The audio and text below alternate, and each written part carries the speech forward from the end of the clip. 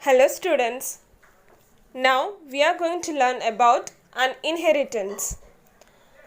So what do you mean by an inheritance? The capability of a class to derive properties and characteristics from another class is called an inheritance. Inheritance is one of the most important features of object-oriented programming. It is of two classes, subclass and superclass. The class that inherits properties from another class is called subclass or derived class. So, what do you mean by a superclass? The class whose properties are inherited by subclass is called base class or superclass.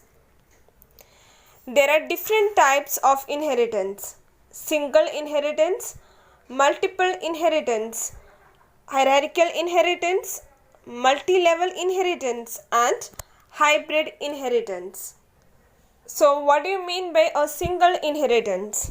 In single inheritance, a class is allowed to inherit from only one class. That is, one subclass is inherited by one base class only. So just look at this program. In this, under class A, members of base class is declared, and under class B, members of derived class is declared. What do you mean by a multi-level inheritance? In this type of inheritance, a derived class is created from another derived class. Under class A, members of base class is declared. Under class B, members of derived class B derived from A. Under class C, members of derived class C derived from B. So now, what do you mean by a multiple inheritance? Multiple inheritance is a feature of C++ where a class can inherit from more than one classes. That is, one subclass is inherited from more than one base class. Just look at this program. In this, class A, members of base class A. Under class B, members of base class B, and under class C, members of derived class will come. Hierarchical inheritance. In this type of inheritance, more than one subclass is inherited from a single base class. That is, more than one derived class is created from a single base class.